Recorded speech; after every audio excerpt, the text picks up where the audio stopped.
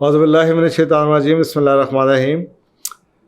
बहुत लंबा चौड़ा सवाल था, तकरीबन एक सफ़े का पूरा सवाल था, जिसको मैंने उसमें से जो सवाल निकाला है वो ये निकाला है कि जी मैंने नज़र लगने का किसी जगह ज़िक्र किया है, किसी प्रोग्राम में, रिकॉर्डिंग में, तो किसी एपिसोड में, तो क्या ये बद नज़र या ये नज़र की जो चीज़ है ये एग्ज़िस्ट करती है और इसके पीछे क्या फ़िलासफ़ी और क्या साइंस है, और जिसके पीछे बहुत से मिसबिलीफ्स हैं, फॉल्स बिलीव्स बने हैं कि जनाब लोगों ने पीछे जूता लटकाया होता है और ये किया होता है और तिल लगाए होते हैं, उसकी क्या असलियत है।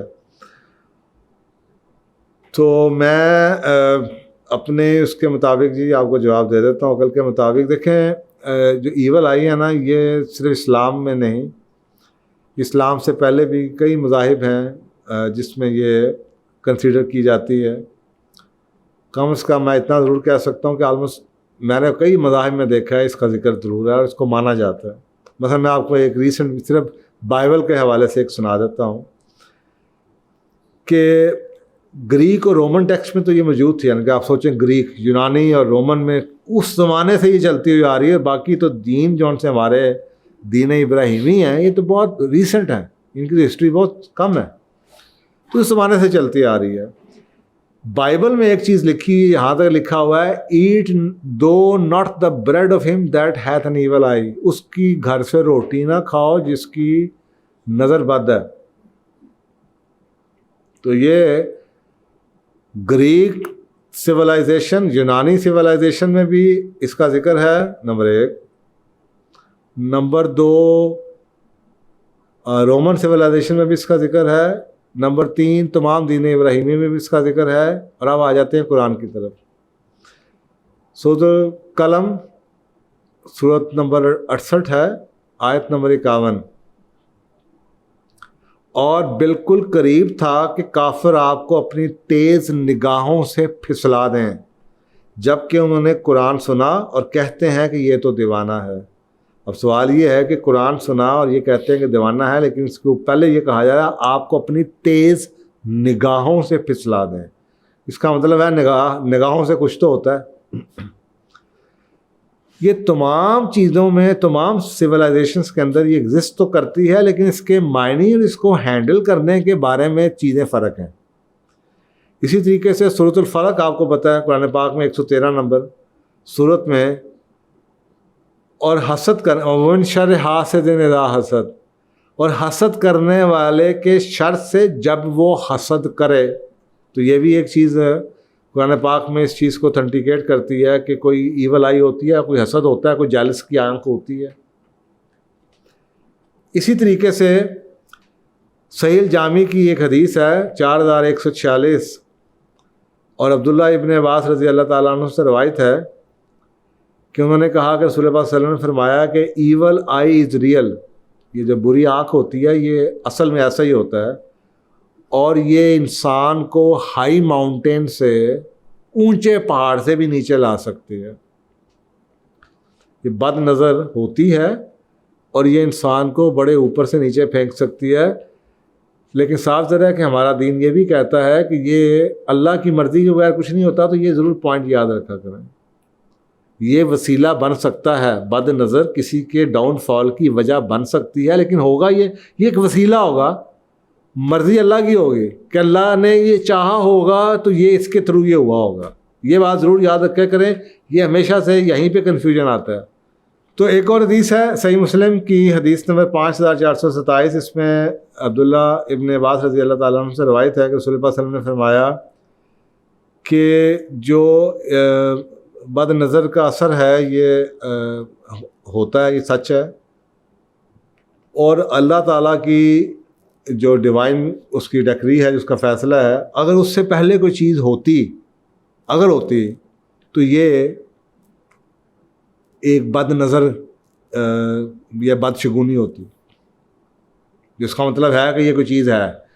इसी तरीके से सही बुखारी की एक हदीस है, और ये उम्मे सलमा रज़ी अल्लाह ताला अन्हा से रवायत है कि आपने फरमाया, रसूल पाक सल्लल्लाहु अलैहि वसल्लम ने कहा कि रसूलुल्लाह सल्लल्लाहु अलैहि वसल्लम ने एक यंग बच्ची को देखा, लड़की को देखा, जिसको कुछ चेहरे के ऊपर उसका कोई एक्सप्रेशन था। तो आपने फरमाया कि इस बच्ची को बद नज़र लगी है, इसका कोई इस्लामी सलूशन ढूंढो। आपने उस बच्ची की आंखों में कुछ देख के ये कहा कि इसमें कोई असरात हैं बद नज़र के। तो ये तो सिर्फ मैंने आपको सिर्फ ये कुछ हदीसें इसलिए सुनाई हैं और कुरान पाक की आयत कि आपको ये पता चल जाए ये चीज़ तो है, बद नज़र तो है, इसमें तो कोई शक नहीं है। इसी तरीके से एक ग्रीक फ़िलासफ़र है, उसने ये कहा कि उसने एक इसकी साइंटिफिक इसकी एक्सप्लेनेशन भी दी है। तो वो ये कहता है कि, और ये शायद हमारी जो मेटाफिज़िक्स है उससे रिलेटेड है, कि ये है तो सही लेकिन वो सिर्फ ये बता रहा है ये कैसे है। वो कहता है कि ये जो ह्यूमन आई है इसके अंदर से इनविजिबल रेज ऑफ एनर्जी निकलती हैं इस आँख के अंदर से, और ये साइंटिफिक एक्सप्लेनेशन बनती है। इसके अंदर से इनविजिबल रेज एनर्जी हैं और इसमें से कुछ ऐसी रेज भी हैं जो कि स्मॉल जानवर, जो उनसे छोटे जानवर और बच्चों को मारने की भी सलाहियत रखते हैं। अब साथ रही ये चीज़ें डेवलप करनी पड़ती हैं, लेकिन ये हैं। सिर्फ मैं ये एक्सप्लेन इसकी बहस में नहीं जाना चाहता, क्योंकि आपने पहला सवाल ये पूछा है क्या ये एग्जिस्ट करती है। ये मैंने सारी चीज़ें उसके बारे में आपको बताई हैं कि ये एग्जिस्ट करती हैं। अच्छा, अब आ जाएं आप कि इसके पीछे साइंस क्या, मैंने आपको बता दी ये साइंस है। इसके पीछे के एनर्जी साइंस है, आँखों से कुछ ऐसी चीज़ें हैं, बद नज़र लगता है। यहाँ तक कि कहा जाता है कि प्यार की नज़र भी लगती है। ज़रूरी नहीं कि बद नज़र ही लगती है, प्यार की नज़र भी लगती है। तो ये तो चीज़ हो गई। अब इसके बारे में फॉल्स बिलीफ्स क्या हैं? फॉल्स बिलीफ्स ये हैं बिल्ली आगे से गुजर गई, या फॉल्स बिलीफ ये हैं जनाब जूता लटका दूंगा काला, गाड़ी के पीछे कुछ लटका दूंगा तो नज़र से बच जाऊंगा, काला तिल लगा दूंगा नज़र से बच जाऊंगा। ये अब डिफरेंट सोर्सेज हैं इन बिलीफ्स के। ये कोई जनाब बिलीफ्स ऐसे हैं जो कि हिंदुज़म से आ रहे हैं, कोई जनाब सिखिज़म से आ रहे होंगे, कोई बिलीफ आपके जनाब किसी और सोर्स से आ रहे हैं। ये अब सोर्स हैं जो कि आपको डिफरेंट मुआशरों की तहजीबों से आ रहे हैं। इसके पीछे कोई आपको सॉलिड प्रूफ नहीं मिलेगा, स्वाय इसके पीछे आपको कल्चरल स्टोरीज़ मिलेंगी। आपको ये मिल जाएगा ये कहाँ से उठा। हमारा दीन इसको एक्सेप्ट नहीं करता। तो आपका ये सोचना कि जनाब अगर मैंने कब्बों को जनाब ये डाल दूंगा, या फलाने के जनाब गाड़ी के पीछे जूता लटका दूंगा, ये काला तिल लगा दूंगा, ये हिंदुज़म के बिलीफ तो हो सकते हैं। हमारे दीन ने इसका तरीका ये नहीं बताया। हमारे दीन ने इसका तरीका बड़ा क्लियरली आपको बता दिया हुआ है।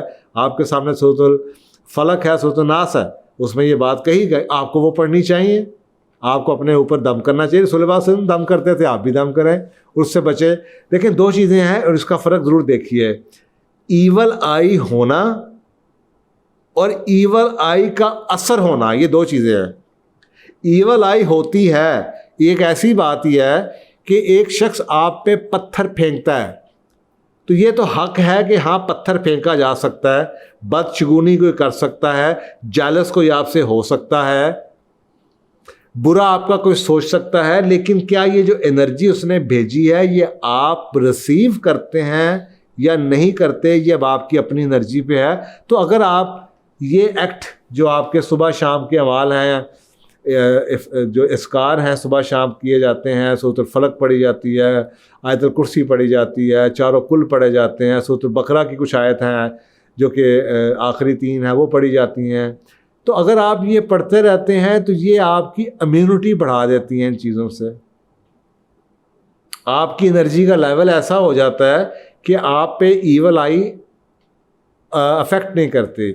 और इसके लिए ये ज़रूर बात याद रखिएगा कि जब भी कोई चीज़ होती है इसके लिए 2 चीज़ें ज़रूरी हैं, एक सेंडर ज़रूरी है और एक रिसीवर ज़रूरी है। सेंडर के बारे में ये बता दिया गया कि सेंडर एग्जिस्ट करता है इस दुनिया के अंदर। कुछ लोगों की नज़र ऐसी है कि आप उन्हें जनाब अपनी गाड़ी नहीं दिखा दें, लेकिन वो उनके दिल में कोई हसद आता है या क्या आता है, तो वो जनाब आपको पता नहीं क्या होता है कि थोड़ी देर में आप जाते हैं तो लगता है कि आपकी गाड़ी का एक्सीडेंट हो गया, कोई शीशा तोड़ गया, वो नज़र लग गई जी, बाद नज़र हो गई जी, ऐसा होता है। लेकिन ऐसा होता क्यों है वो मैं आपको बता रहा हूँ कि आप रेसिपिएंट हैं, आप वल्नरेबल हैं तो होगा। अगर आपका अपना इंतज़ाम पूरा है, अगर आपने कुल पढ़ के फूके हुए हैं, अपने बच्चों को बुलाया हुआ है, तो आपको उसका असर अगर होगा भी तो आपको नुकसान नहीं पहुंचाएगा, क्योंकि आपको ये पता होना चाहिए कि नुकसान वही होगा जो अल्लाह सुब्हानहू तआला आपके लिए चाहेगा। अगर आपने अपने आप को पहले ही प्रोटेक्ट किया हुआ है तो आपको नुकसान नहीं होगा। और ये बहुत ज़्यादा एनर्जी साइंसिस के हवाले से बात याद रखने की, जादू के असरात के बारे में भी, और ये बद नज़र शर हसद सब से बचने के लिए कि इसमें अगर सेंडर है तो रिसीवर है। अगर आप पे कोई चीज़ फेंकता है तो रिसीवर के पास भी कोई चीज़ मैग्नेट है जो कि उसको रिसीव करता है। अगर रिसीवर का मैग्नेट पावरफुल है और वो उसको रिसीव नहीं करता, आपका डिफेंस मैकेनिज्म ठीक है और आपने जनाब अपने आपको प्रोटेक्ट किया हुआ है, ढाल बांधी हुई है जो ये दीन आपके लिए, और इसमें अहादीस आपको मिल जाएंगी कि रसूल पाक सल्लल्लाहु अलैहि वसल्लम ने क्या कुछ बताया आपको, जिनका कुछ का जिक्र मैंने आपके सामने किया। तो ये आपकी एनर्जी को, केमिस्ट्री को चेंज कर देते हैं कि उनके बद असरात आप तक नहीं पहुंच पाते। वो करते भी रहेंगे तो आपके बद असरात आप तक नहीं पहुंचेंगे। बाज़ बार ये भी कहा जाता है कि वो बद असरात, एक चीज़ किसी ने फेंकी, चीज़ आपको नहीं लगी, फेंकी आपके ऊपर थी, आपकी तरफ से वो रिफ्लेक्ट होगी, वो किसी और को लग जाएगी, आप बच जाएंगे, तो कमज़ोर जो होगा उसको लगेगी। तो आप इन चीज़ों में मत पड़िए। ये जो बदशगुनी की एलिमेंट है कि जनाब टीका लगा लूँगा, काला रिबन बांध लूँगा, जूता बांध लूँगा, आप वो इस्तेमाल कीजिए जो कि इससे अपने आप को आपको बचाने के लिए शरीयत ने आपको बताए हुए हैं। तो मेरा ख्याल है ये जो आपके 3-4 सवाल थे, सब का जवाब मैंने दे दिया। नंबर 1, क्या एग्जिस्ट करती है? हाँ जी एग्जिस्ट करती है। नंबर 2, इसके पीछे साइंस क्या है, मैंने आपको बता दी, इसके पीछे एनर्जी साइंस क्या है। नंबर 3, आपने पूछा था कि इसके बारे में जो रॉन्ग बिलीफ्स हैं उसकी है क्या हकीकत है, मैंने आपको बता दिया कि ये जो रॉन्ग बिलीफ्स बने हुए हैं ये एक्ट्स ऑफ रिचुअल्स के, कि जी धागा लटकाने से, इसको लटकाने से, फरारा लटकाने से ये हो जाएगा, तो डैट इज़ रॉन्ग। हमारे इस्लाम के अंदर उसकी कोई गुंजाइश नहीं है। और चौथा कि इस्लाम इसके बारे में क्या अपने आप को प्रोटेक्ट करने के बारे में बताता है। तो मैंने ये 4 सवालों को आपको इसका जवाब दे दिया। इसके बारे में नेट पे बहुत कुछ है, गूगल पे जाइए, गूगल कीजिए। तो मुझे क्योंकि जब कोई सवाल मिलता है तो मेरी कोशिश ये होती है जो कि एस्टेब्लिश जवाब मौजूद हैं, मैं उसमें अगर कोई ऐसी कोई कंट्रीब्यूट कर सकता हूँ या उससे मुझे कोई कमी नज़र आती है जो मेरे बिहेवियरल या साइंस की बैकग्राउंड के हवाले से है, तो मैं वो सिर्फ हाईलाइट करके आपको वो जवाब इकट्ठा डाल देता हूँ। मैंने मसलन इसमें से एंथ्रोपोलॉजी के जवाब भी आपको दे दिए हैं, कुछ आपको बाकी इसकी सोर्स के जवाब भी दे दिए हैं। रही बात सिर्फ इस्लाम के हवाले से, तो नेट में आपको बहुत कुछ इसके बारे में मिल जाएगा कि अपने आप को आप कैसे बचा सकते हैं। जज़ाकल्लाह।